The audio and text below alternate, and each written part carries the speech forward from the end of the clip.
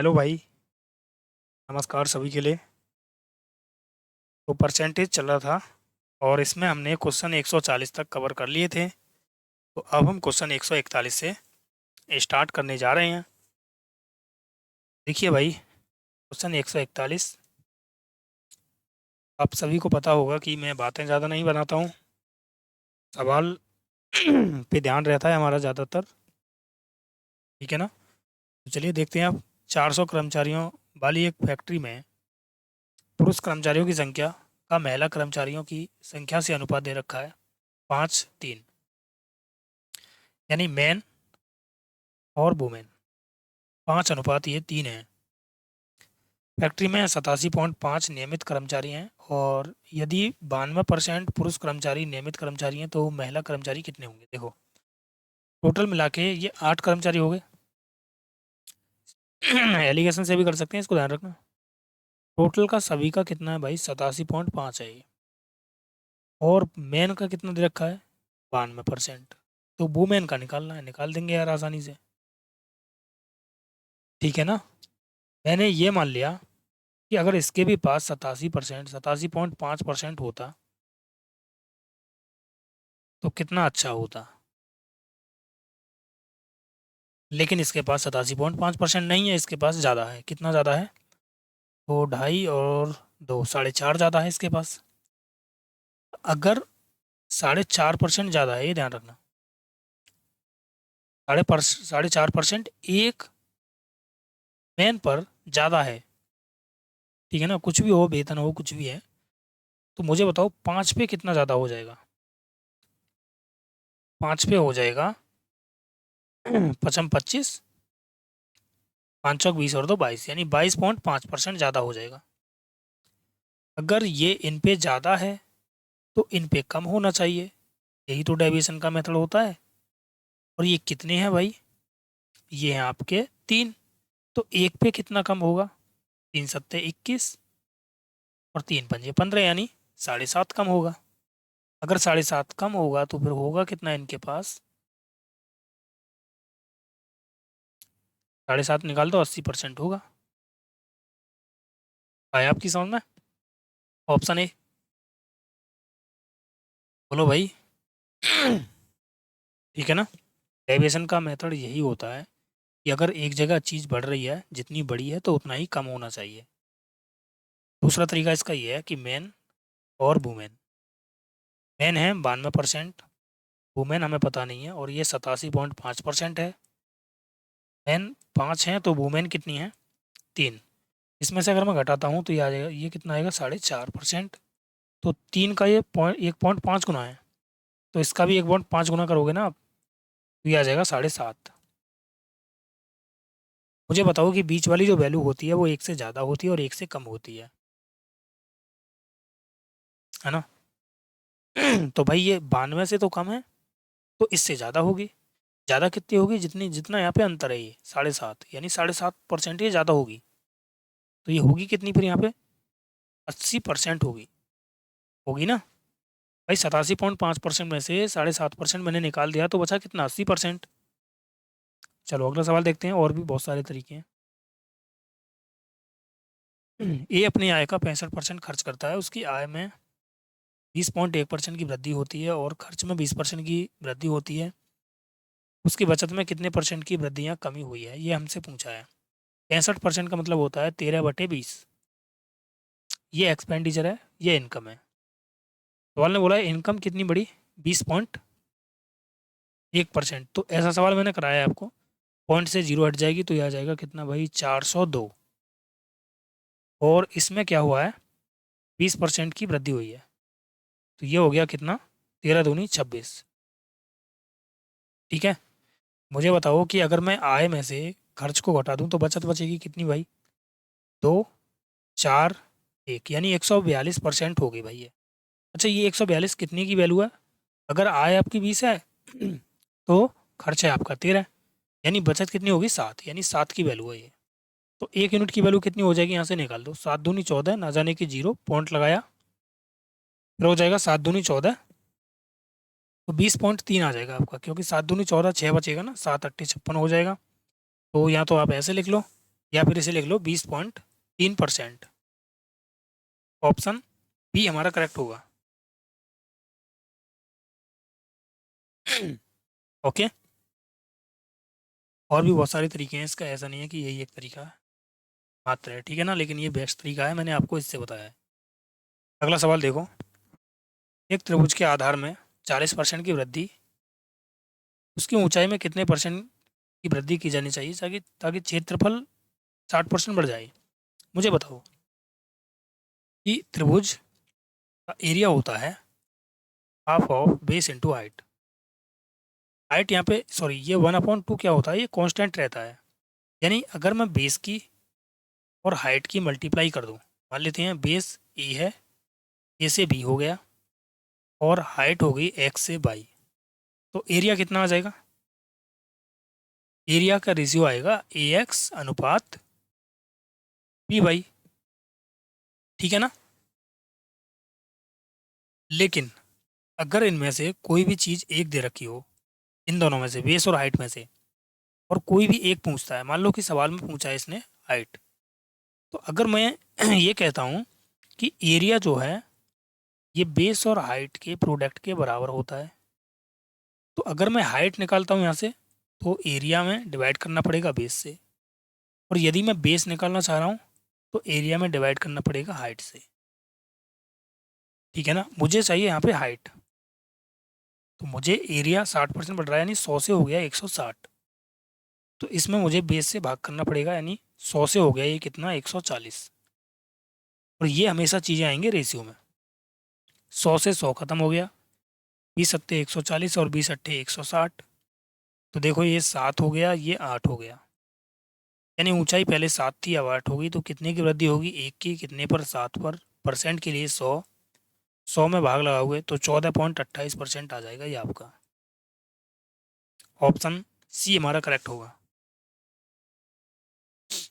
ठीक है ना। अगला सवाल देखो। ए ने बी से 30% अधिक निवेश किया, बी ने सी से 40% कम निवेश किया, जिसने 8,000 रुपये निवेश किया था। तो देखो ए ने बी से 30% कम निवेश किया है, ठीक है, अधिक किया है सॉरी, बी ने सी से 40% कम निवेश किया है, जिसने 8,000 रुपये निवेश 8,000 रुपये का निवेश किया था। मुझे बताओ कि 8,000 रुपये का निवेश ये किसने किया है, सी ने किया होगा। यानी सी ने अगर 8,000 का निवेश किया है, तो बी ने सी से कितना कम किया है 40%, तो ये हो गया 60%, इसका 60% निकालोगे तो ये आ जाएगा 4,800। ए ने बी से 30% अधिक निवेश किया है, तो अगर मैं 30% ज़्यादा निकाल दूँ, यानी 4,800 का 130/100, 2 जीरो से 2 जीरो कैंसिल हुआ, तो ये आ गया आपका जीरो, 13 अट्ठे 104 हो गया, 10 बचा, 13 चौक 52, यानी 62, तो ये आ गया 62,140। अच्छा, तीनों का औसत पूछा है, उन सभी द्वारा एक साथ निवेश की गई कुल राशि का औसत कितना है। चलो यार, फिर तो हमने गलत निकाल दिया ये, ऐसे कोई बात नहीं, ऐसे निकाल दिया तो ऐसे ही कर देते हैं आप। देखो तीनों का एवरेज क्या होता है, कुल योग बटे कुल संख्या। कुल योग कितना हो गया भाई, ऐड कर देंगे तो इसमें आ जाएगा 40, तो ये आ जाएगा 8 और 2 10 की जीरो, हासिल 1, 6 और 4 10, और 8 18 और 1 हो गया 19। कुल योग बटे कुल संख्या कितनी है, 3, 3 से डिवाइड कर दो, तो ये आ गया आपका 3×6 = 18, 3×3 = 9, ठीक है ना, 9 और 1 10, 3 चौक 12 हो जाएगा, और 3×6 = 18.2 बचा, फिर 3×6 = 18 हो जाएगा, यानी ये आ जाएगा आपका 6347। ऑप्शन ए हमारा करेक्ट बैठेगा, ठीक है ना। चलो अगला सवाल देखते हैं अब। सवाल है कि एक व्यक्ति ने एक निश्चित पूंजी राशि के साथ एक व्यवसाय शुरू किया, पहले वर्ष में उसने 60% लाभ अर्जित किया, और कुल पूंजी यानी लाभ भी शामिल कर दिया है उसमें, तब जाके कुल पूंजी हुई है का 50% दान कर दिया।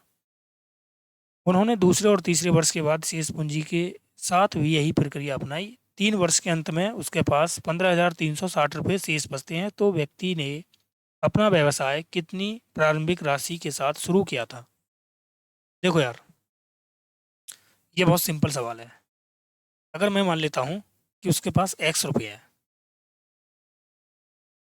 एक लाइन का सवाल है ये हालांकि, तो मैं एक बार आपको वैसे समझा देता हूँ, ठीक है ना। मान लेते हैं अगर इसके पास 100 रुपये थे, तो इसने 60% लाभ अर्जित किया, तो ये हो गया 60। तो कुल पूंजी कितनी होगी अब? 160। 160 का इसने आधा दान कर दिया, यानी 80 इसने दान कर दिया, तो बचा कितना? 80 बच गया, ये कह रहा है। फिर इसने 60% लाभ किया है, 60% लाभ अगर आप निकालोगे तो ये हो गया 48 रुपये। तो कुल पूंजी कितनी होगी?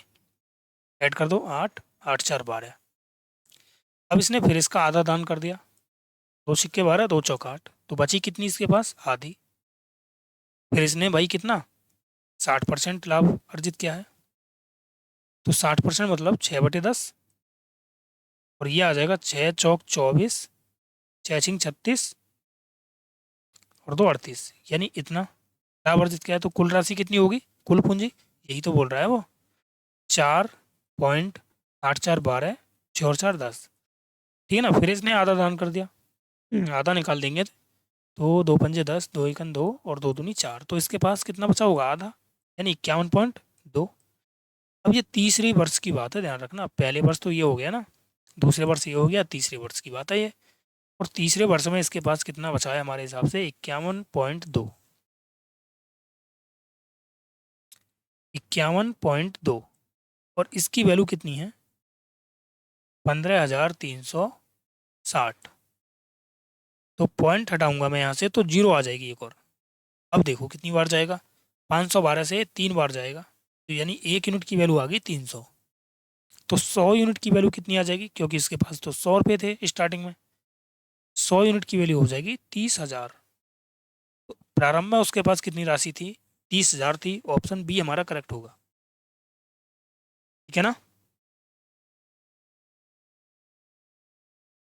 अब देखो एक लाइन में कैसे होगा ये, उसे भी मैं आपको बता देता हूँ।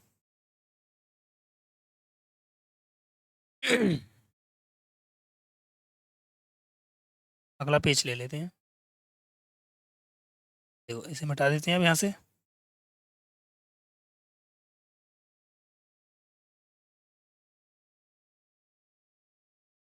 यहाँ से देखना, मैं क्या इसको ऐसे लिख सकता हूँ भाई? क्या हम इसको ऐसे लिख सकते हैं कि 100 रुपये से 160 रुपये हो गए, 60% लाभ का मतलब, और इसमें जीरो से जीरो काट दूं तो 16/10 हो गया, ऐसे लिख सकते हैं। तो बस यही लिखते रहना।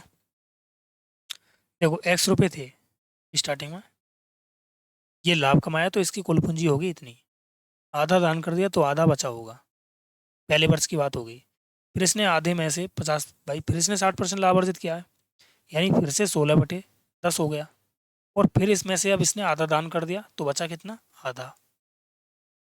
तीसरे वर्ष भी इसने 60% लाभ अर्जित किया, यानी 16/10, और फिर इसमें से आधा दान कर दिया तो बचा कितना? आधा। और ये टोटल मिला के 3 वर्ष में प्रक्रिया अपनाई गई है। पहले वर्ष ये होगी, दूसरे वर्ष, तीसरे वर्ष, 3 वर्ष के बाद में उसके पास ये रुपये बच रहे हैं, और इसकी वैल्यू कितनी है? 1536 0। सॉल्व कर लेते हैं यहाँ से। 0x गुणा ये आ जाएगा 16 × 16 × 16 बटे में आ जाएगा कितना? 1,000, और गुणा में आ जाएगा 1/8, बराबर आ जाएगा कितना भाई? 1536 0। यहाँ से अगर मैं सॉल्व करता हूँ इसको, 16 से कट रहा है क्या ये? 8 दूनी 16, इसको काट लेते हैं पहले। 16 का वर्ग होता है 256, और 256 दूनी हो जाएगा 512, तो 512 से डायरेक्ट ये कटेगा कितनी बार? 3 बार। तो x की वैल्यू आ जाएगी कितनी? 30,000। 16 × 16 256 होता है, 256 में 2 की गुणा की तो 512 हो गया, 512 से 15,360 कट गया 30 बार, ठीक है ना। अगला सवाल देखते हैं अब। देखो एक फल विक्रेता अपने ग्राहक को अपने पास मौजूद कुल संतरों में से 45% और एक संतरा बेचता है। फिर वह शेष संतरों के 20% और 2 संतरे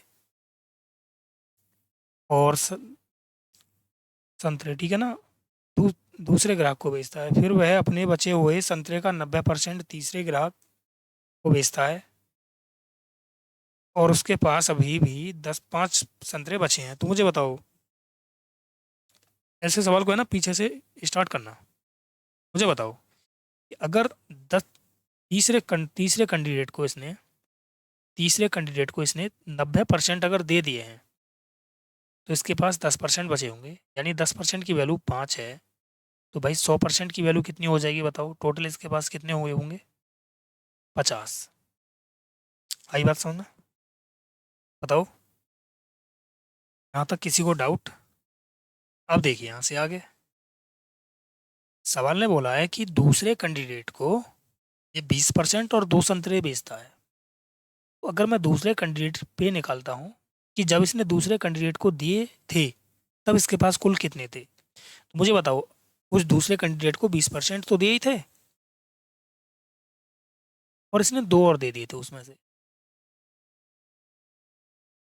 लेकिन उसके पास अभी कितने बचे थे? 50। 50 तो थे ही इतना इसके पास। तो मुझे बताओ कि अगर इसने 20% दे दिए तो मैं 20% तो दिए लेकिन 2 और दे दिए, मैं आपसे ये कह रहा हूँ कि उन 2 को वापस ले लो। अगर आप 2 वापस ले लोगे तो भाई उस कस्टमर के पास, जो विक्रेता था, उसके पास 52 होने चाहिए थे ना। अब 20% दे दिए, अब ये सवाल केवल इतना हुआ, 2 का कोई झंझट नहीं है, ध्यान रखना। 2 और जो उसने फालतू दिए थे वो मैंने ले लिए उससे। तो भाई जो विक्रेता था, विक्रेता के पास कितने बचे होंगे? 20% देने के बाद बची हैं 52। तो 20% देने के बाद हमारे हिसाब से 80% बचने चाहिए और 80% की वैल्यू है 52। कोई दिक्कत यहाँ तक बताओ? काट लेते हैं। तो 4 से काटेंगे और 4 से 13 बार 100% की वैल्यू निकाल देते हैं यहाँ से भी। तो ये कितना हो जाएगा? 20 पंजे 100, 13 पंजे 65। ठीक है ना? आया आपकी समझ में? यानी जब उसने दूसरे कैंडिडेट को देने शुरू किए थे तब उसके पास 65 संतरे थे मौजूद। अब आ जाते हैं पहले वाले के पास। जब इसने पहले कस्टमर को 45% दिए तो एक संतरा और एक्स्ट्रा दे दिया उसको। तो मैं आपसे ये कह रहा हूँ कि उसके पास 65 तो संतरे थे ही थे, यानी पहले कस्टमर को संतरे देने के बाद, यानी पहले कस्टमर को 45% दिए और एक और दे दिया। इस कंडीशन को अप्लाई करने के बाद उसके पास 65 संतरे बचे थे। ठीक है। अब मैं आपसे ये कह रहा हूँ कि उसको, पहले कस्टमर को, जो उसने एक संतरा फालतू दिया था ना, उसे ले लो आप। अगर मैं आप उस अगर मैं यहाँ पे उसे ले लेता हूँ तो भाई विक्रेता के पास अब मौजूद में कितने संतरे होंगे? 66 संतरे होंगे। लेकिन कंडीशन क्या हो गई कि अब जो पहले कस्टमर को इसने, विक्रेता ने, सेलर ने 45% और एक संतरा बेचा था, तो मैंने एक संतरा उससे वापस ले लिया। तो इसका मतलब ये हुआ कि अब उसने केवल 45% ही उसको बेचा होगा। पहले कस्टमर को 45% बेचा होगा और 45% बेचने के बाद उसके पास 66 संतरे बच जाते हैं। 66 संतरे बच जाते हैं, तो मुझे बताओ कि अगर 45% उसने बेच दिए तो हमारे पास कितने बचे होंगे? 55% बचे होंगे। यानी 55% की वैल्यू कितनी है? 66। तो 11 पंजे 55 हुआ और 11 छिक्के 66 हो गया, तो 100% की वैल्यू कितनी हो जाएगी? 20 गुना है 20 छिक्के 120। यानी सेलर के पास स्टार्टिंग में 120 संतरे होंगे। ऑप्शन बी हमारा करेक्ट होगा। ठीक है ना भाई? ये अब समझ में आना चाहिए आपको यार, अच्छे से मैंने एक्सप्लेन किया है। अगला सवाल देखते हैं आप। चलो इसे बनाओ। सिंपल क्वेश्चन है। 20% की वैल्यू 6 है, 100% की वैल्यू कितनी हो जाएगी? 30 ना। तो कमी, सवाल ने बोला है कि केले के प्रति दर्जन मूल्य में हुई कमी, यानी सवाल ने बोला है कि 30 जो वर्तमान में मूल्य जो हुआ है ना इसका प्रति दर्जन, उसे बताना है हमें। तो 30 किलो का मतलब हो गया भाई कितना, 12 से भाग कर देते हैं। 12 से अगर मैं भाग करूँगा 30 में तो 6 पंजे 30, 6 दूनी 12, यानी 2.5 हो गया, 2.5 दर्जन, है ना। 2.5 दर्जन यानी 5/2, और 5/2 की वैल्यू 80 है, तो 16 दूनी 32, 32 रुपये हो गया इसका भाई।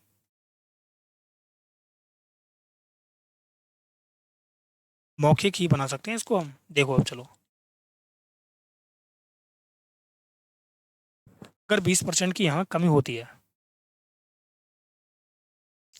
तो 6 केले ये ज़्यादा खरीद रहा है। 100% पे ये कितना खरीद रहा होगा, 20 पंजे 100 होता ना, 5 6 30, यानी वर्तमान में ये 30 केले खरीद रहा है। 30 केले को मैं दर्जन में बना रहा हूँ, तो दर्जन में बनाने के लिए भाग देना पड़ेगा 12 से, तो ये हो गया 6 दूनी 12, 6 पंजे 30, यानी 5/2 दर्जन। ठीक है ना। तो मुझे बताओ 5/2 दर्जन इसने खरीदे हैं कितने में, 80 रुपये में, तो 1 दर्जन कितने में खरीदे होंगे, 5 से 16, तो 1 दर्जन की वैल्यू आ गई 16 दूनी 32 रुपये, यानी केले हो गए 32 रुपये दर्जन।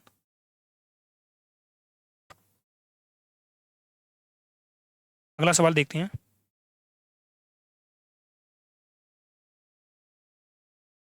जब एक वस्तु की कीमत में 23% की वृद्धि हुई तो एक परिवार ने उसकी खपत को इस प्रकार कम कर दिया कि उस पर होने वाला व्यय केवल 5% अधिक था।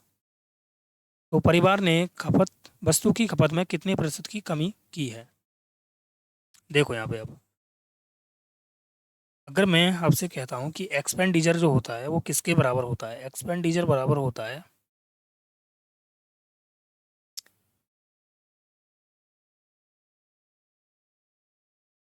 किसके भाई, प्राइस इंटू कंजप्शन, इसी के बराबर होता है ना। खर्च बराबर होता है आय गुणा, जो होता है खर्च बराबर, लिख देता हूँ मैं चलो, खर्च बराबर होता है इनकम इंटू क्वांटिटी, यानी क्वांटिटी लिख देते हैं और इसे मैं आई बना देता हूँ, ठीक है ना, आय गुणा खपत। यहाँ से भाई अच्छे सवाल बनते हैं। सवाल ने बोला है कि कीमत तो हुई है इसकी 23% की वृद्धि, और खपत को इस प्रकार कम किया गया है कि केवल खर्च जो है ना वो कितना बढ़े, 5% बढ़े। तो उसने बोला है खपत यानी क्वांटिटी, ये हमसे पूछी है। तो अगर मैं इसे निकालूंगा तो मुझे बताओ कि खर्च में मुझे इनकम से भाग करनी पड़ेगी, है ना। चलो कर देते हैं। तो मैं यहाँ से कंजप्शन निकाल रहा हूँ, तो ये हो जाएगा कितना भाई, देखो खर्च जो है ना वो 5% बढ़ा है, यानी 100 से 105 हुआ है। तो मुझे बताओ कि जो कीमत है वो 100 से कितनी हुई होगी, 123, ये अनुपात में होगी चीज़ है। अब देखो 100 से 100 कैंसिल हो गया, तो ये आ गया 123/105। तो मुझे बताओ कि जो खपत है वो कितनी कम हुई है, 18, कितने से, 123 से, परसेंट के लिए कितना करोगे, 100, 3 से काटेंगे, 3 चौक 12 और 3 एकम 3, ये हो गया 3 6 18, तो ये आ गया आपका 600/41, 41 को थोड़ी देर के लिए 40 मान लेते हैं, जीरो से जीरो कटा तो ये आ गया 15। अब देखो यहाँ पे 15, मैंने 41 को ना एक कम किया है, मैंने ज़्यादा कम नहीं किया है, ध्यान रखना। लेकिन यार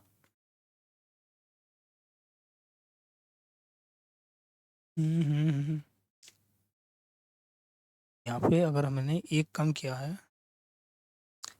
तो 15 से फिर कम आएगा आंसर, है ना।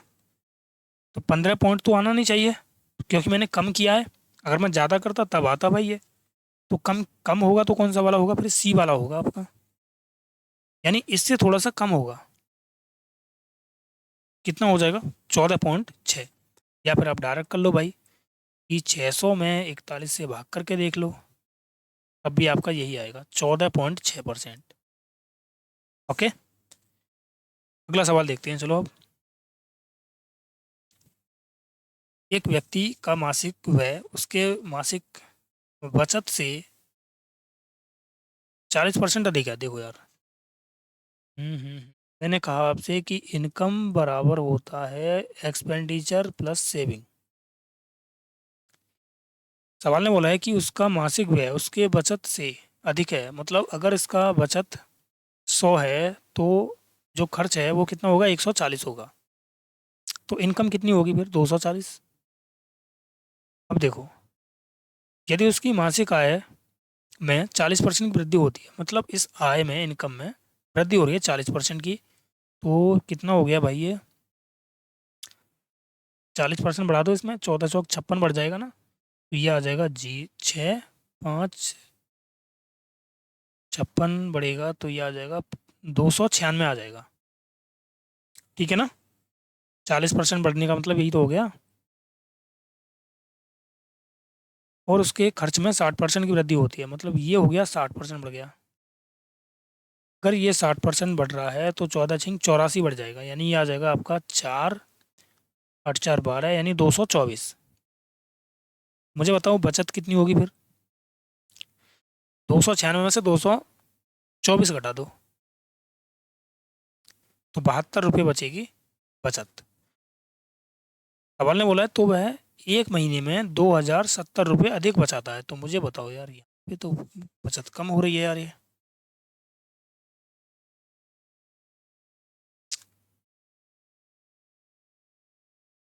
बचत से 40% अधिक है, ठीक है। ये आपका मैंने सही किया है क्या, यहाँ पे यहाँ मिस्टेक हुई होगी यार ज़रूर। यहाँ ये 40% बढ़ रहा है, 240 का 140/100, जीरो से जीरो, 14×4 = 56, 14×2 = 28, 8×5 = 13, 336 होगा ये। ठीक है ना, 336 हो जाएगा ये। तो फिर ये कितना हो जाएगा भाई, यहाँ देख लेते हैं। अब ये हो जाएगा आपका 112। मुझे बताओ कितना अधिक बचा रहा है ये, 12। तो 12 की वैल्यू कितनी है, 2070। तो 12 से डायरेक्ट कट रहा है क्या, 12×1 = 12, चलो 3×6 = 18, 3×4 = 12 हो गया ना, 3×6 = 18, और ये हो जाएगा 3×3 = 27। प्रारंभिक खर्च कितना है इसका, ये पूछा है इसने। उसका प्रारंभिक मासिक खर्च क्या था, 140 था। 140 ये कितना गुना बन रहा है भाई, ये 4×3 = 12, 4×5 = 20, 35 गुना बनेगा इसका। 35 गुना करने में थोड़ी सी दिक्कत आएगी, अब एक काम करो, काट लेते हैं। तो ये हो जाएगा 4×1 = 4, है ना, 4×7 = 28 हो गया, 4×2 = 8, 4×5 = 20। अब 140 यूनिट की वैल्यू निकाल देंगे, तो ये आ जाएगा 1725 × 14, क्योंकि जीरो से पॉइंट खत्म हो जाएगी। 14×5 = 17 हो गया, 7 बचा, 14×2 = 28, 28 और 35 हो गया, 3 बचा, 14×7 = 98, 98 और 3 कितना हो गया, 8 और 3 = 11, 101, यानी 10 बचा। 14×1 = 14 कितना हो गया, 2×4, तो ये आ गया 24,150। ऑप्शन सी हमारा करेक्ट बैठेगा। ओके, अगला सवाल देखते हैं चलो। एक संस्थान में 35% लड़कियां और शेष लड़कियां हैं। किसी परीक्षा में 30% लड़के अनुत्तीर्ण हो जाते हैं, 60% लड़कियां उत्तीर्ण हो जाती हैं। तो परीक्षा में अनुत्तीर्ण छात्रों का प्रतिशत बताइए। देखो, या तो इसे आप वेरिएबल से कर लो, या फिर एलिगेशन से कर लो, या फिर और भी बहुत सारे तरीके हैं, डेविएशन से भी हो सकता है। चलो किसी भी एक तरीके से बता देते हैं। 35% का मतलब हो गया 7/20। अगर इसमें गर्ल्स 7 हैं, बॉयज़ सॉरी, 35% बॉयज़ है ना, तो गर्ल्स कितनी होंगी, 13। 30% लड़के अनुत्तीर्ण हुए हैं, 60% लड़की उत्तीर्ण हुई हैं, तो अनुत्तीर्ण कितनी हुई होंगी, 40%। एवरेज मान लेते हैं कि, इजूम किया मैंने कि भाई जो अनुत्तीर्ण हैं छात्र वो 35%, 30% ही मान लेते हैं, चलो 30% है। लेकिन डेविएशन जीरो करने के लिए हमें क्या करना पड़ेगा भाई, यहाँ तो जीरो हो गया, क्योंकि 30 बराबर है, लेकिन यहाँ पे 10 ज़्यादा हैं। ये 10 ज़्यादा है ना, तो इनको सभी को बराबर बराबर बांट दो। ये हो गया 13×130, और 130 को 13 और 7 कितना हो गया, 20, 20 में बराबर बराबर बांटेंगे, तो ये हो जाएगा कितना, जीरो से जीरो कटा, दो छिक्के 12, दो पंजे 10, यानी ये आ गया आपका 36.5%। ये टोटल छात्र फेल हुए होंगे। ओके, टोटल छात्र कितने फेल हुए हैं? 36.5। ये आसान तरीका है, ध्यान रखना यार। एलिगेशन वैलिगेशन सब बेकार की चीज़ें हैं।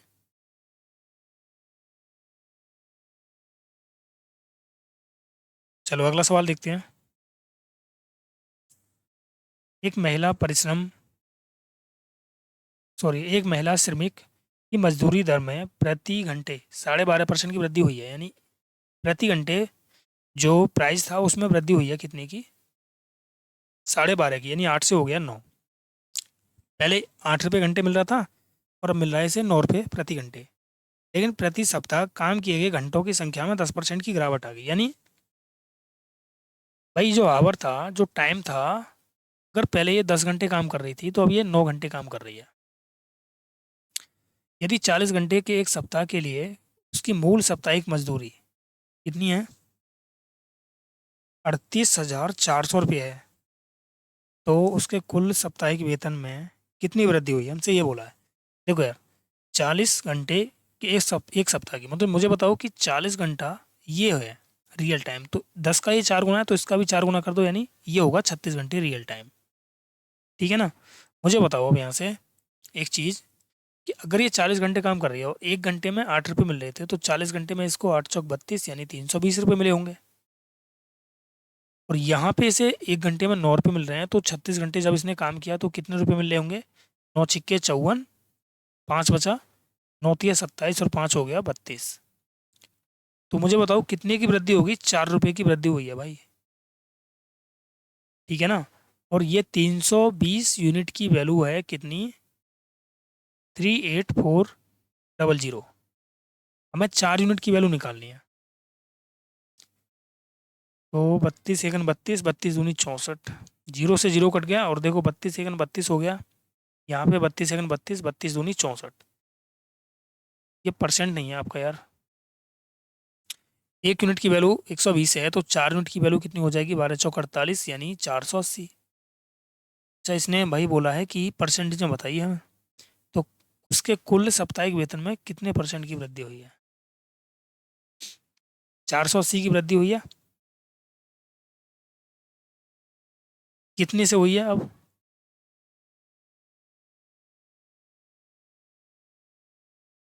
थोड़ा सवाल थोड़ा सा लेंथ ही ना हो गया? अगर हम इसको भाई यूज ही ना करते 40 को, तब भी ये सवाल हो जाता, क्योंकि ये जो रेशियो में है चीज़ें फिर भी कट जाएंगी, है ना? और परसेंटेज में पूछा है तो इसका भी यूज मत करो। 4 की वृद्धि हो रही है ओनली, कितने पर? 320 पर। परसेंट के लिए 100, तो 4 एकन 4, 4 अट्ठे 32 हो गया, 20 चौक 80 हो गया, और 20 पंजे 100।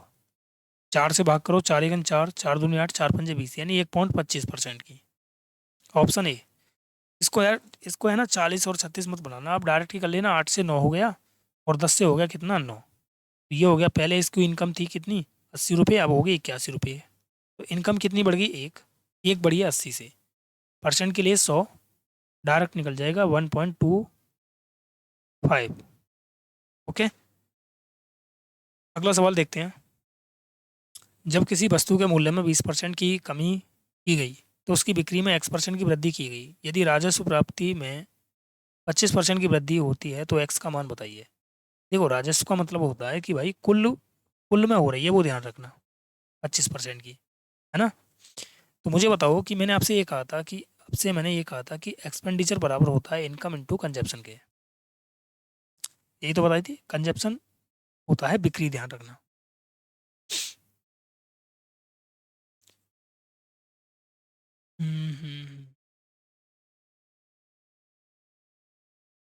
ठीक है ना?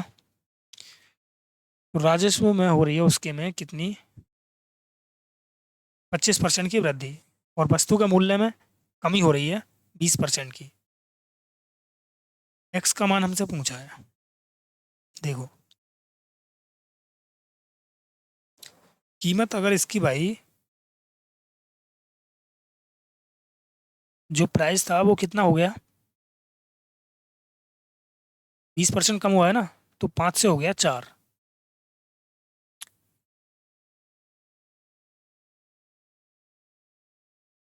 सेकंड रुको यार।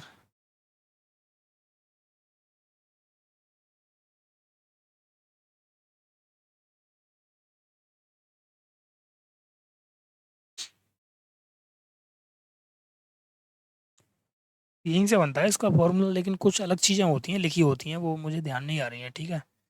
ये राजस्व प्राप्ति जो होगी ना आपकी, ये होगी आपकी कंजप्शन। तो इसमें हो रही है कितने की वृद्धि? राजस्व प्राप्ति, बिक्री, ठीक है। मतलब ये होगा आपका कितना? 25 चौक 100 और 25 पंजे 125, ये हो जाएगा। तो हमसे कंजप्शन में पूछा है, तो मैं कंजप्शन कैसे निकालता हूँ? ये निकालते हैं हम income, sorry expenditure upon income. तो मैं हम निकालेंगे भाई। तो ये हो गया 4 से 5, और ये हो गया 5 से 4। तो ये हो जाएगा 16:25। तो भाई कंजप्शन में कितने की कमी हुई? 9 की। 9 की कमी हुई है 16 से, परसेंट के लिए 100। तो 8 दूनी 16, या फिर 4 से काटो, 4 चौक 16, 4 से हो गया 25। 25 निम्मा होता है 225/4%। 4 से भाग करेंगे, 4 पंजे 20, 4 6 24, पॉइंट लगाएंगे, 4 दूनी 8, 4 पंजे 20, यानी 56.25%। ऑप्शन सी हमारा करेक्ट बैठेगा, ठीक है ना। तो एक चीज़ ध्यान रखना यहाँ पे, लिख देता हूँ मैं, कि जो राजस्व होता है,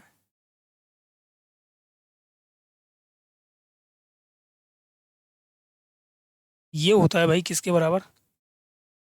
मूल्य यानी प्राइस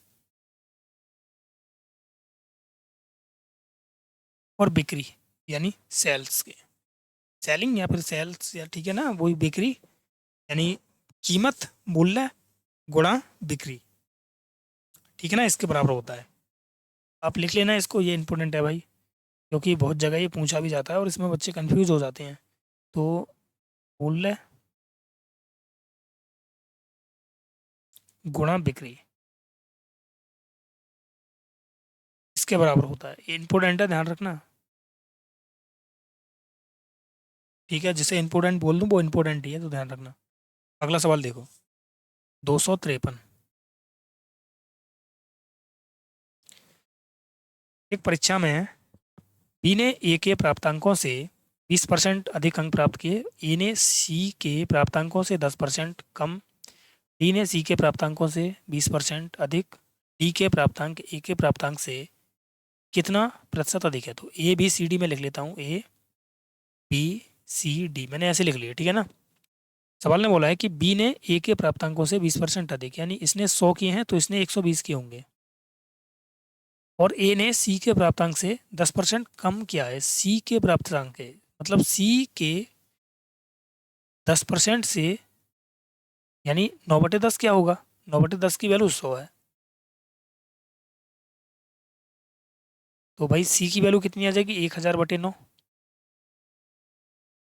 1000/9 आ जाएगी। और डी ने क्या क्या है? डी ने सी के प्राप्तांकों से 20% अधिक, यानी 20% ज़्यादा, यानी 6/5।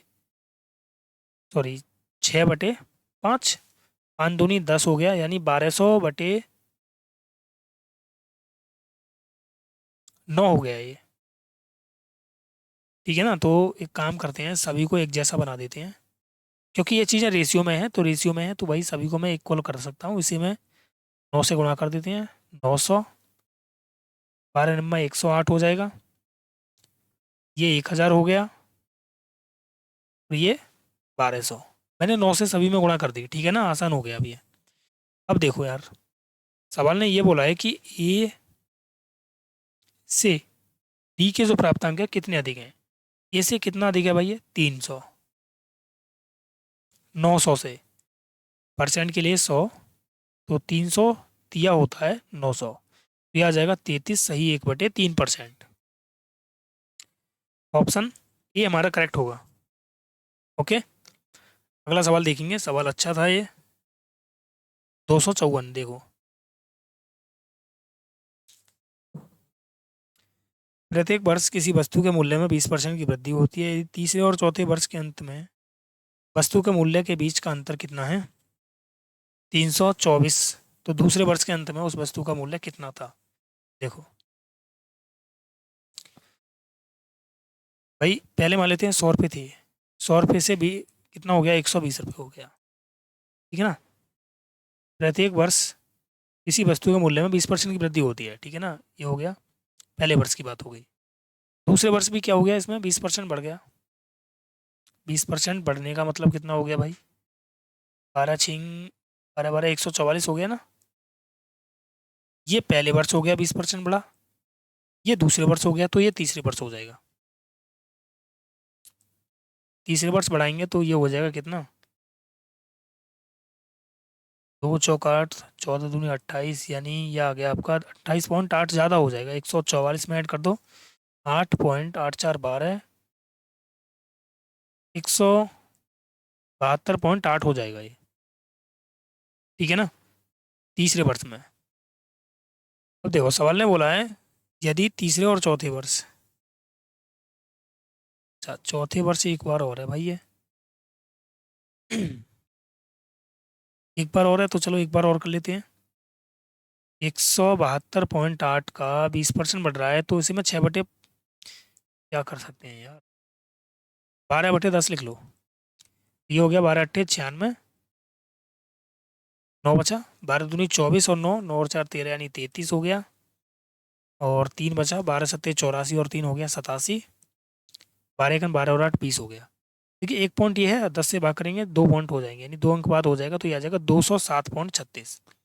यानी ये आ गया कितना? 207.36। अब देखो यहाँ से इन्हें मिटा देते हैं। अब 5 वर्ष की बात हो गई।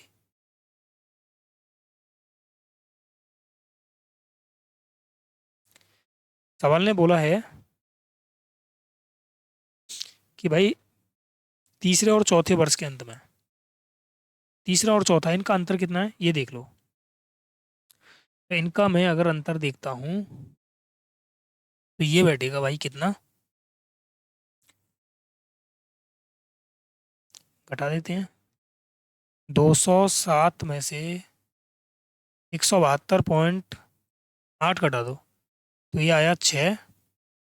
और 13 में से 8 गया तो 5।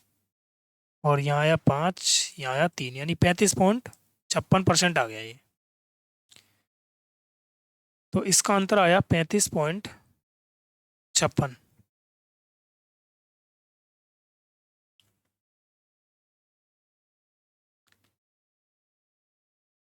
और ये 35.56%, 35.56 की वैल्यू दे रखी है कितनी? 324। तो 1 यूनिट की वैल्यू निकाल दें यहाँ से। और पूछा क्या है? दूसरे वर्ष के अंत में उस राशि का मूल्य, दूसरे वर्ष के अंत में मतलब दूसरा वर्ष ये वाला 144 की वैल्यू हमसे पूछी है। तो 1 यूनिट की वैल्यू कितनी आ जाएगी भाई? 324/35.56। और जो पूछा है उससे गुणा कर देंगे। 144 की वैल्यू पूछी है तो इससे गुणा कर दो। अब यहाँ से सॉल्व कर लेंगे इसको। देखो पॉइंट हटाऊंगा 2 जीरो आ जाएंगे यहाँ पे। तो ये कितनी बार कट सकता है? 4 × 16 नहीं कटेगा। डायरेक्ट ही काटने की सोचो यार।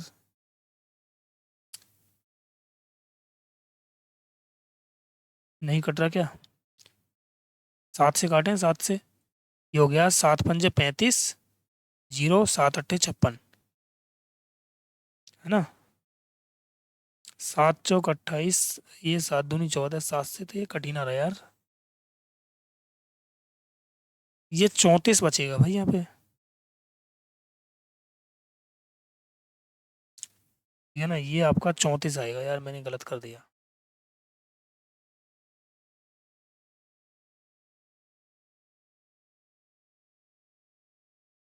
यानी 34.56 था ये आपका। पॉइंट हटाया तो मैंने जीरो बढ़ा दी वहाँ पे, ठीक है ना, 2 जीरो। तो कट सकता है क्या?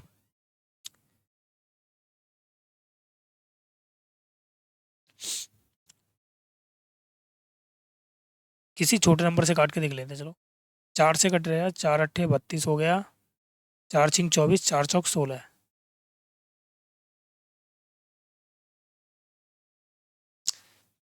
ये हो गया 4 × 8 = 32, 4 दूनी 4 × 1 = 4। ओके, अब कटेगा या फिर नहीं कटेगा ये किसी से? चलो 12 से काटते हैं, 12 12 144 हो गया, और 12 7 84, 12 दूनी 24, तो ये आ गया आपका 12 छिंग फिर से 72 हो गया। ओके, तो ये कितना आ गया आपका, यहाँ पे लिख देते हैं इसको, 8100/6, 6 से भाग करना है इसमें, 6 × 1 = 6, 2 बचा, 21 हो गया, 6 × 3 = 18, 6 × 5 = 30, यानी 1350 आ जाएगा भाई। ऑप्शन ए हमारा करेक्ट होगा।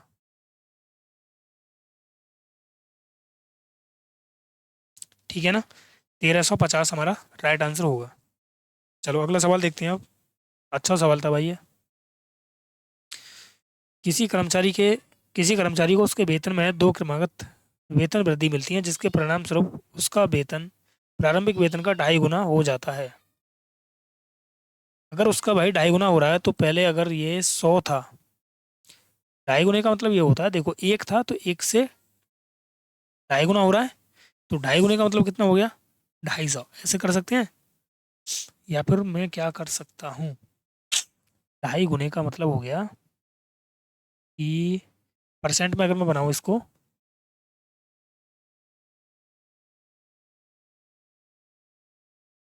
एक काम करते हैं, चलो मैं इससे करता हूँ कि अगर इसका वेतन 100 था, तो 2.5 गुना हो गया, 2.5 गुने का मतलब हो गया 250। ठीक है ना, अब इसने बोला है उसकी पहली प्रतिशत वेतन वृद्धि ज्ञात करें यदि दूसरी प्रतिशत वेतन वृद्धि पहली की तुलना में 4 गुना अधिक है। पहली की तुलना में 4 गुना अधिक है, तो पहली जो परसेंटेज वृद्धि है वो कितनी है भाई? अगर हमें ये पता चल जाए तो काम बन जाए।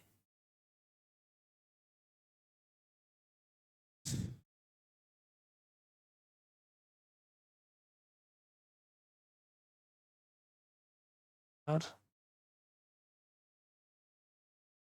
इसके जिसके परिणाम स्वरूप उसका प्रारंभिक वेतन का 2.5 गुना हो जाता है।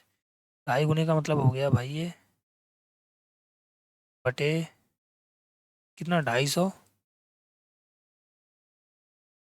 बटे 100,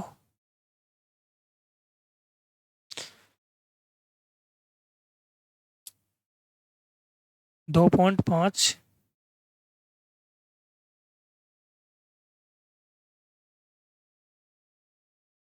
पॉइंट हटा देना है से, तो परसेंट के लिए 100, 250% आएगा यार ये तो।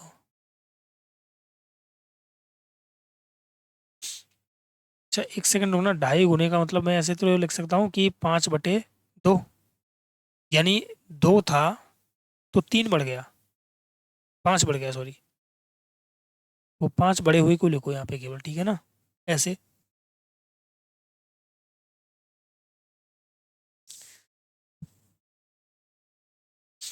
आप एक काम करो, इसको ऑप्शन से करना, ठीक है। देखो, अगर ये 2.5 गुनी हो रही है तो इसको ऐसे मान लो कि अगर ये 100 है तो ये कितनी हो गई, 250 हो गई। मैं ऑप्शन ए ले लेता हूँ, ठीक है। तो अगर ये पहली प्रतिशत वृद्धि है 25% की, तो ये होगी 125। अब ये ध्यान रखना, 25% से जो दूसरी है ना वो 4 गुना है, तो यानी 100% होनी चाहिए।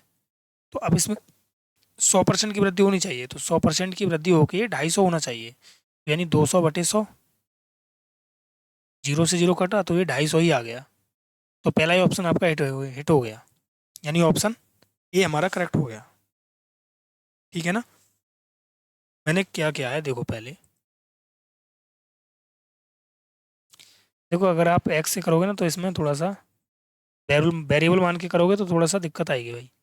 मान लेते हैं कि अगर पहली स्टार्टिंग में 100 थी तो इसमें हो गई 25% की वृद्धि पहली बार, तो ये 25% की जब वृद्धि होगी तो 125 हो जाएगी, 125/100, ये हो गया पहले बार में 125। अब दूसरी जो प्रतिशत वृद्धि है वो पहले की तुलना में 4 गुना है, यानी 4 गुना है तो वो 100% होगी, तो अब 125 जो है ना वो 100% बढ़ना चाहिए, यानी 200/100।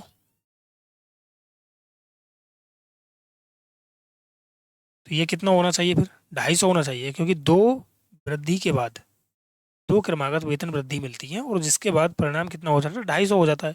क्या ये 250 हो रहा है? तो ये 250 ही हो रहा है भाई, यानी ऑप्शन ए हमारा करेक्ट होगा। ठीक है ना? तो चलिए भाई, इस क्लास को हम यहीं पे समाप्त करते हैं। इससे आगे के क्वेश्चन हम अगली क्लास में देखेंगे। ठीक है? सभी के लिए जय हिंद, वंदे मातरम। जो भी भाई क्लास को पहली बार देख रहे हैं वो चैनल को लाइक, शेयर और सब्सक्राइब कर लें, जिससे कि उन्हें अगली वीडियो का नोटिफिकेशन आसानी से मिल जाए। ओके।